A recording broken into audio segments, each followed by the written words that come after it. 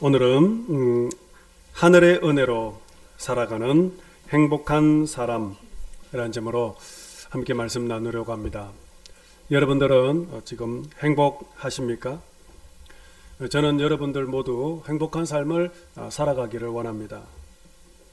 그렇다면 여러분, 어떻게 살아가는 것이 참으로 행복한 삶을 살아가는 것일까요?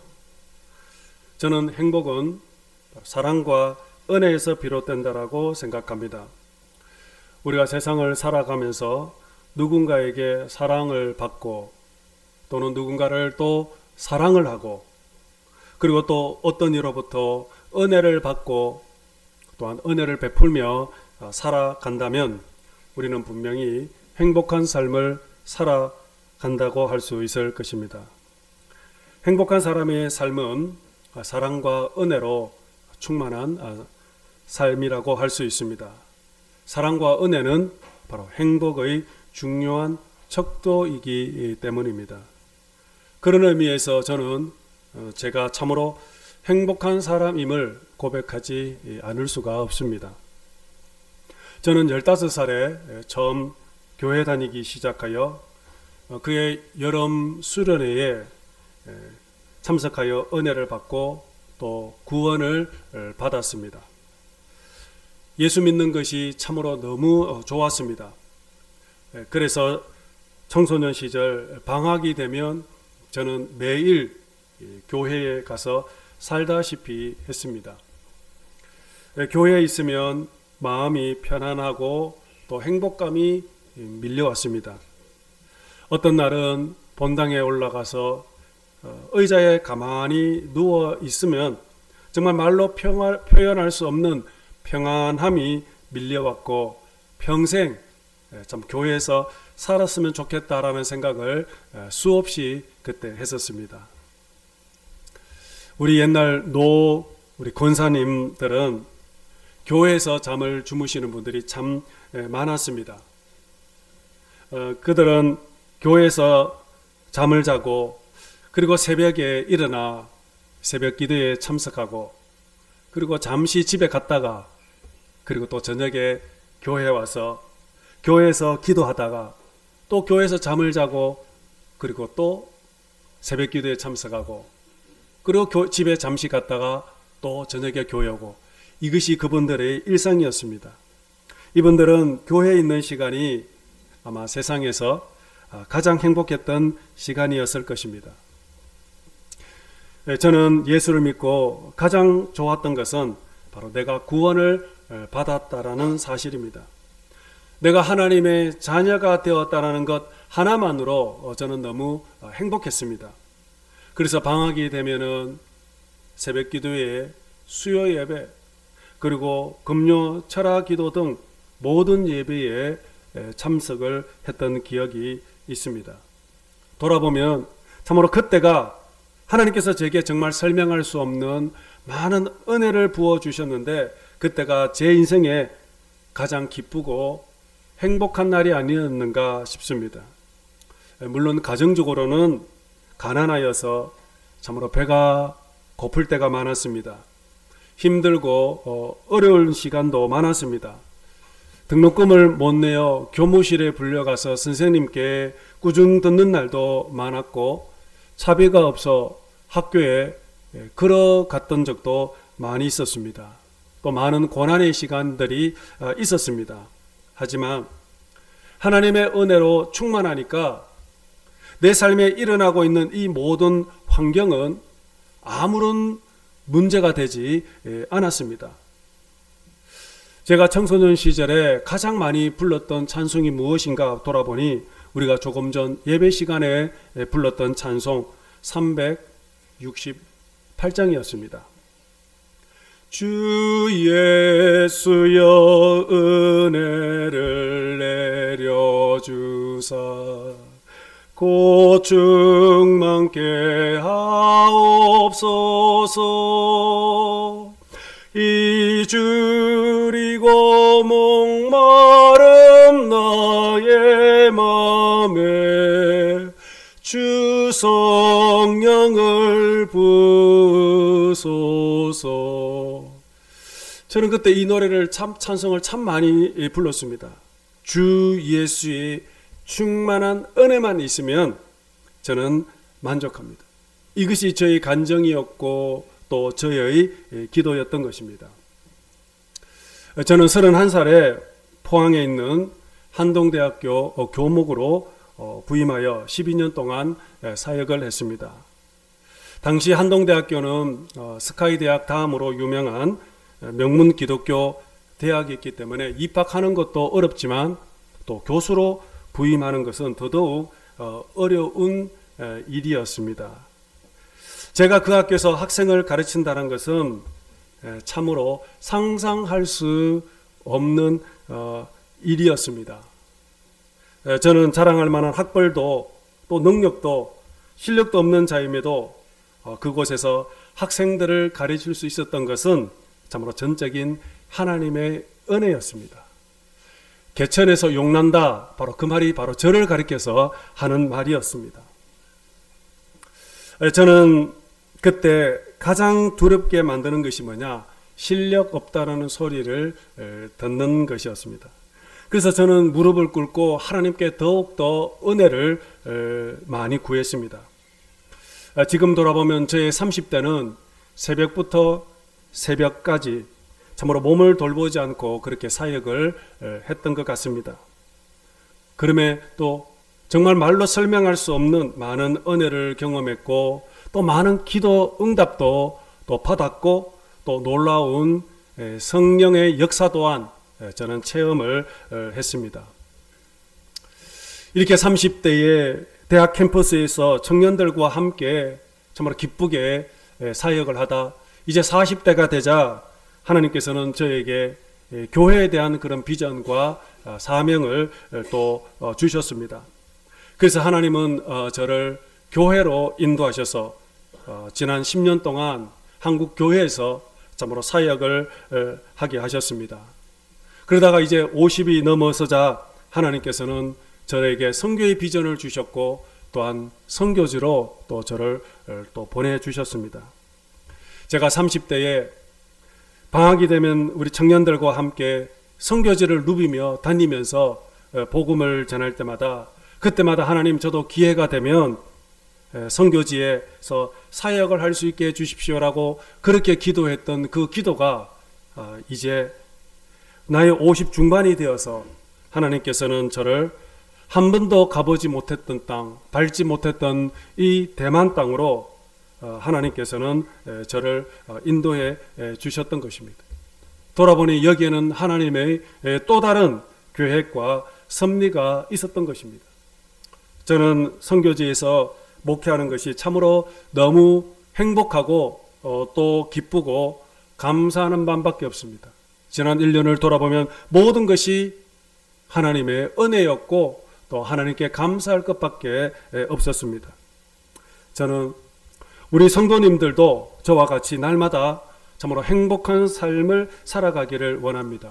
날마다 참으로 하늘 행복을 누리며 날마다 감사하는 삶을 살아가며 날마다 참으로 천국의 그 기쁨을 누리며 살아가기를 원합니다.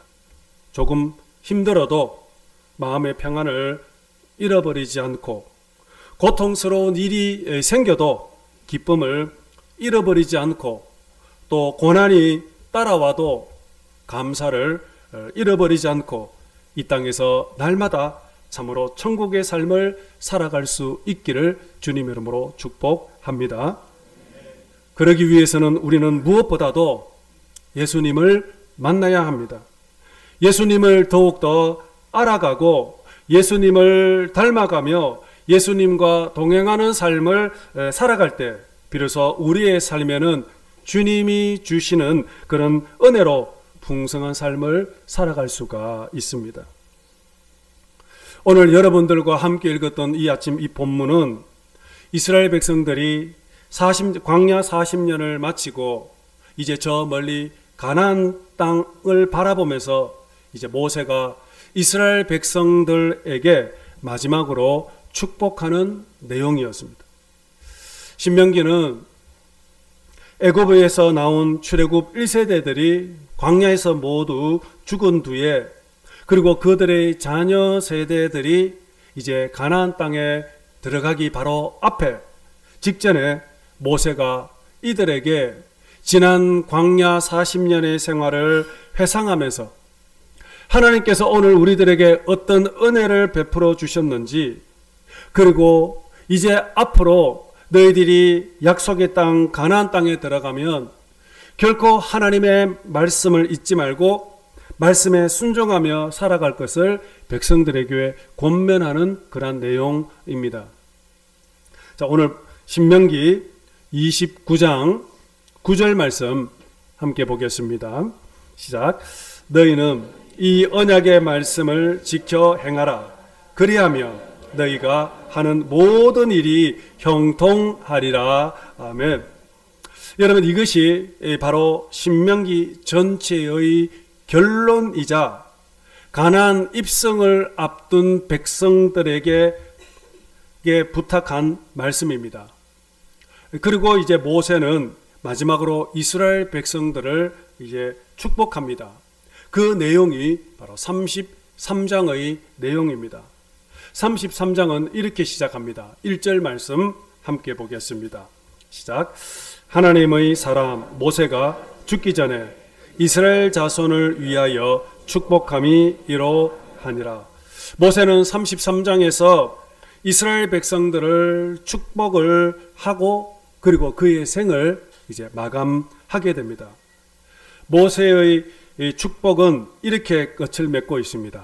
33장 29절 말씀입니다. 시작. 이스라엘이여 너는 행복한 사람이로다. 여호와의 구원을 너같이 얻은 백성이 누구냐? 그는 너를 돕는 방패시요 내 영광의 칼이시로다. 내 대적이 네게 복종하리니 네가 그들의 높은 곳을 밟으리로다. 아멘. 여러분, 모세는 이스라엘 백성들에게 마지막으로 했던 말씀이 너는 참으로 행복한 사람이다 입니다. 왜 이스라엘 백성들이 참으로 행복한 사람이라고 했을까요? 바로 그것은 하나님의 특별한 사랑과 은혜를 받은 백성들이기 때문입니다. 모세는 잘 알고 있습니다. 이스라엘 백성들이 어떻게 출애굽을 하게 되었는지, 그리고 지난 40년 광야 생활 속에서 하나님께서 저들에게 어떤 은혜를 베풀어 주셨는지는 모세는 너무나도 잘 알고 있었던 것입니다. 광야는 참으로 절대적인 은혜가 없으면 살아갈 수 없는 곳입니다. 광야는 한마디로 죽음의 땅입니다.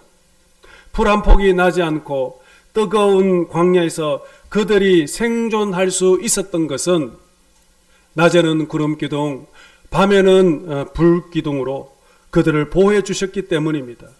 매일 만나와 메추라기를 보내주시고 또한 목이 마를 때는 반석에서 물을 내게 해주셨고 길이 없는 광야에서는 친히 길이 되어 주셔서 그들을 그늘과 물이 있는 오아시스로 인도하셨기에 그들은 광야에서 넉넉히 지나올 수가 있었던 것이었습니다. 그래서 이스라엘 백성들에게 있어서 광야는 한마디로 은혜의 장소였던 것이었습니다. 그렇다면 하나님께서 왜 이렇게 많은 은혜를 베풀어 주시는 것일까요? 그것은 두말할 것 없이 바로 이 백성들을 사랑하기 때문입니다. 그 사랑 때문에 하나님은 그 은혜를 베풀어 주셨던 것입니다. 그러면 하나님은 이 백성들에게 어떤 은혜를 베풀어 주셨을까요?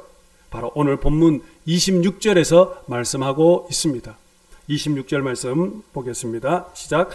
여수론이여 하나님 같은 이가 없도다. 그가 너를 도우시려고 하늘을 타고 궁창에서 위엄을 나타내시는 도다. 여러분, 여기서 여수룬이란 말은 의로운 자라는 그런 뜻입니다. 여수룬은 바로 이스라엘 백성들의 별명입니다. 그런데 원래 이스라엘 백성들은 의로운 자가 아니었습니다. 그들은 죄인들입니다. 죄의 노예로 살다가 모두 멸망받아야 할 백성들입니다. 그런데 하나님의 은혜로 죄 용서함을 받고 하나님의 백성과 자녀가 되었습니다. 죄인의 신분에서 의로운 신분으로 변화가 된 것입니다. 그래서 모세는 이스라엘 백성들을 가리켜 여수룬이라고 불렀던 것입니다. 그런데 오늘 본문에 보니까 하나님의 은혜로 의롭게 된 이스라엘 백성들을 향하여 모세는 너희들을 도우려고 하늘을 타고 궁창의 위엄을 나타낸다라고 했습니다. 여러분, 여기서 하나님이 하늘을 탄다라는 이 말을 주목할 필요가 있습니다. 하늘을 탄다는 이 말은 두 가지의 의미가 있습니다. 하나는 바로 하나님은 온 세상을 다스리고 주관한다는 그런 뜻을 가지고 있습니다. 즉 하나님의 능력을 나타내는 단어입니다. 또 하나는 하나님은 시간과 공간을 초월하여 우리의 삶의 자리까지 찾아오셨다라는 그런 의미를 또 가지고 있습니다. 여러분, 이 말은 바로 하나님의 긍휼과 사랑을 나타내는 그런 표현입니다. 온 세상을 다스리고 주관하시는 하나님은 하늘에만 계시는 분이 아니라 우리의 삶의 자리에 직접 찾아와서 우리를 도와주신다라는 그런 뜻입니다. 저는 이 표현이 너무나도 마음에 와닿고 또 크게 감동이 되었습니다. 만일 우리가 믿는 하나님이 아무리 능력이 많아도 그것이 나와 상관이 없다면 하나님의 그 능력이 무슨 소용이 있겠습니까? 저 높은 하늘에서 팔짱을 끼고 그냥 우리를 구경꾼처럼 그냥 관망을 하고 계신다면 하나님이 아무리 능력이 많고 위대해도 나와 무슨 상관이 있겠습니까? 그런데 오늘 하나님은 어떻습니까? 우리를 도우시려고 하늘을 타고 내려와서 우리의 삶의 자리까지 내려오신다고 했지 않습니까? 하나님께서 직접 오늘 우리의 삶의 자리까지 내려오신 분이 누구입니까? 바로 성자 예수 그리스도 아니십니까? 그분은 하늘 영광을 다 버리고 이 낮고 천한 인간의 땅까지 내려오셔서 우리가 받아야 할 고난과 저주를 대신 받으시면서 십자가에서 죽으면서까지 우리를 구원해 주셨지 않습니까? 여러분, 이보다 더 큰 은혜와 사랑이 어디에 있겠습니까? 저는 말씀을 준비하다가 오래전에 읽었던 책 하나가 생각이 났습니다. 바로 그 책은 아픔이 마주하는 세계에서라는 책입니다. 이 책은 왕진 의사인 양창모 선생님이 쓴 에세이인데 이분은 지금 강원도의 왕진 의사로 알려진 분입니다. 왕진이란 지금은 없습니다만은 의사 선생님이 환자의 집에 찾아다니면서 환자의 가정에서 치료해주는 그런 의료 서비스인데 지금은 거의 사라지고 없죠. 그런데 양창모 선생은 큰 병원에서 일을 하다가 병원을 그만두고 시골로 들어가서 시골 어르신 댁의 찾아가는 호호 방문 진료센터를 개원을 합니다. 그리고 지금까지 600여 회가 넘는 왕진 의료를 했다고 합니다. 의사 선생님이 환자의 집에 찾아가는 것은 결코 쉬운 일은 아닐 것입니다. 진료실에 있으면은 많은 환자들이 치료를 받을 수가 있을 것입니다. 그러면 참으로 많은 환자들이 의료 혜택을 받을 수 있지 않겠습니까? 그런데 그러나 의사가 진료실을 만일 비우게 되면은 진료실을 비우고 환자를 집에 직접 찾아가면 이것보다 더 비효율적인 그러한 의료 서비스가 어디에 있겠습니까? 하지만 양창모 선생은 생각이 달랐던 것입니다. 이 세상에는 돈이 없어서, 도와줄 사람이 없어서, 차편이 없어서 집에서 나오지 못하는 사람들이 너무나도 많다라는 것입니다. 여러분, 우리는 아프면 병원에 가는 것이 정말 일반적인 상식적인 그런 세상이지만, 어떤 사람들은 참으로 의사를 만나는 것이 참으로 아픈 몸을 참는 것보다 더 힘든 사람들이 많이 있다라는 것입니다. 그래서 양창모 선생은 진료실에서 양창모 선생은 진료실에서 질병을 만나지만 왕진을 가면은 사람을 만날 수 있다라고 했습니다. 그래서 양 선생님은 왕진을 갈 때마다 질병을 만나러 가는 것이 아니라 사람을 만나러 간다라고 했습니다. 저는 이 책을 읽으면서 무릎을 쳤습니다. 그래, 맞아, 이것이 바로 목회구나라는 그런 생각이 번뜩 들었습니다. 여러분, 목회는 결국 사람을 만나는 것입니다. 성도들을 만나서 그들을 믿음의 사람으로, 하나님의 사람으로, 그들이 예수님을 만나는 거룩한 하나님의 자녀로 회복하도록 돕는 것이 바로 목회이기 때문입니다. 그런 의미에서 하나님은 참으로 우리를 만나기 위해서 지금 이 땅에 찾아오셨습니다. 예수님을 이 땅에 보내시고 병들고 귀신 들리고 고통 중에 있는 사람들을 찾아다니면서 그들을 만나시고, 예수님은 한 사람 한 사람을 축복해 주시고 또 구원해 주셨던 것입니다. 하나님은 오늘도 우리를 만나기 위해서 오늘 이 자리에 찾아오십니다. 하늘을 타고 우리의 삶의 자리까지 내려와서 하나님은 우리를 도와주신다, 그렇게 말씀하셨습니다. 그러면 여러분, 하나님은 오늘 우리를 어떻게 도우실까요? 오늘 본문 27절에서 말씀을 하고 있습니다. 27절 말씀 함께 봅시다. 시작. 영원하신 하나님이 내 처소가 되시니 그의 영원하신 팔이 내 아래에 있도다. 그가 내 앞에서 대적을 쫓으시며 멸하라 하시도다. 아멘. 자, 여기서 우리의 처소가 되어 도와주신다고 했습니다. 여러분, 여기서 처소란 말은 피난처라는 그런 뜻입니다. 피난처는 나를 안전하게 지켜주고 보호해 주는 곳 아닙니까? 성경을 보면 하나님을 가리켜서 피난처, 하나님은 나의 피난처시다라는 고백이 많이 나옵니다. 하나님이 나의 피난처라는 것은 결국 내 삶 속에 깊숙이 들어와서 나를 지키고 보호하고 악한 것들을 막아주고 물리쳐서 이 땅에서 승리하는 삶으로 인도한다라는 그런 뜻입니다. 뿐만 아니라 하나님은 나의 피난처일 뿐만 아니라 오늘 보니까 영원한 팔이 내 아래에 있다라고 했습니다. 아래에 있다라는 말은 떠받쳐준다, 그런 뜻입니다. 하나님은 의로운 오른손으로, 오른팔로, 권능의 팔로 나를 꽉 붙잡아 줄 뿐만 아니라 하나님의 두 팔로 우리를 떠받쳐 주고 있다라는 그런 뜻입니다.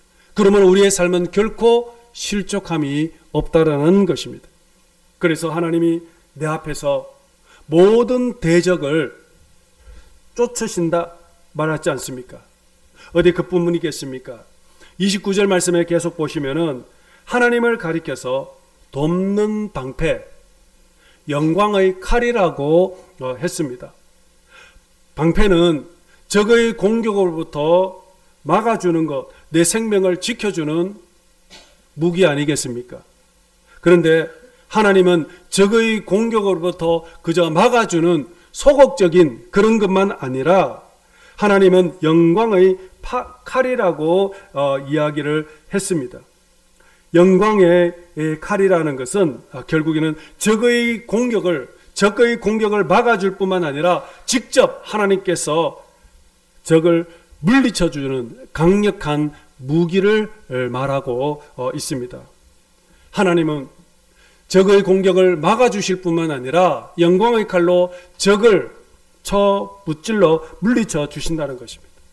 이렇게 놀랍게도 하나님은 우리의 인생의 방패이자 영광의 칼이십니다. 이렇게 하나님 우리를 지키시고 보호하시고 인도하시는 그분이 지금 우리를 돕기 위해서 하늘에서 내려오신다. 구름 타고 우리의 삶의 자리까지 내려와서 우리의 삶의 피난처가 되시고 의로운 오른손으로 우리를 떠받쳐 주시고 방패가 되시고 영광의 칼이 되어 주시겠다고 말씀하고 있습니다. 여러분, 이것보다 더 큰 은혜, 이보다 더 큰 사랑이 어디에 있겠습니까? 그래서 모세는 마지막으로 이렇게 말합니다. 너희들은 참으로 행복한 사람이로다. 능력의 하나님이 너와 함께 하시니 너는 참으로 복을 받은 사람들이다 말씀하고 있습니다. 오늘 본문 29절 말씀 여러분 함께 보겠습니다. 시작. 이스라엘이여 너는 행복한 사람이로다. 여호와의 구원을 너같이 얻은 백성이 누구냐. 여러분, 하나님께서 오늘 우리들에게 이렇게 많은 사랑과 은혜를 베풀어 주신 이유는 오직 하나, 너희들은 구원받은 백성들이기 때문이라는 것입니다. 여러분, 우리가 구원을 받지 못했다면 이러한 은혜와 사랑을 결코 받을 수 없을 것입니다. 그러므로 오늘 우리의 인생에 있어서 가장 최고의 복은 바로 구원의 복입니다. 그래서 우리는 이 영원히 이 구원을 지키며 구원의 기쁨을 누리며 우리는 살아가야 할 것입니다. 구원의 복을 받은 오늘 저와 여러분들은 참으로 이 세상에서 가장 행복한 사람들입니다. 구원은 오늘 우리들에게 있어서 최고의 기쁨입니다. 오늘 예배드리시는 여러분 모두 다 날마다 이 구원의 기쁨을 누리며 참으로 감사하면서 그리고 하나님과 함께 참으로 날마다 복된 삶을 살아가시는 여러분들 모두 되시기를 주님 이름으로 축복합니다.